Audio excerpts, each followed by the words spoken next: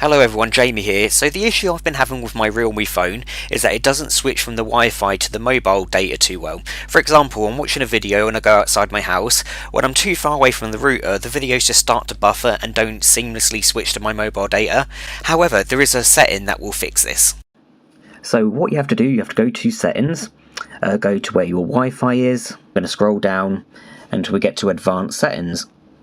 We're then going to go to Wi-Fi assistant.